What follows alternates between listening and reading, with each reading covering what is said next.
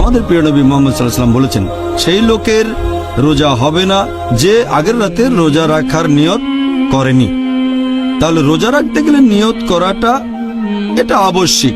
এই নিয়ত করতে হবে ভোর হওয়ার আগে, অথবা অন্য একটা হাদিস বলছে আগের রাতে। তার মানে ভোর হওয়ার আগে যে কোনো সময় নিয়ত করতে পারেন। তখন নিয়ত করবেন, সেটা শব্দ করে বলতে হবে না আপনাকে, এটার প্রয়োজন নেই। নিয়ত করবেন মনে, আপনি মনে মনে নিয়ত করে রোজা রাখবেন, সেটা যথেষ্ট। যখন নামাজ পড়বেন প্রথমে নিয়ত করে তারপর নামাজ পড়বেন, নিয়ত শব্দ করে বলার দরকার নেই।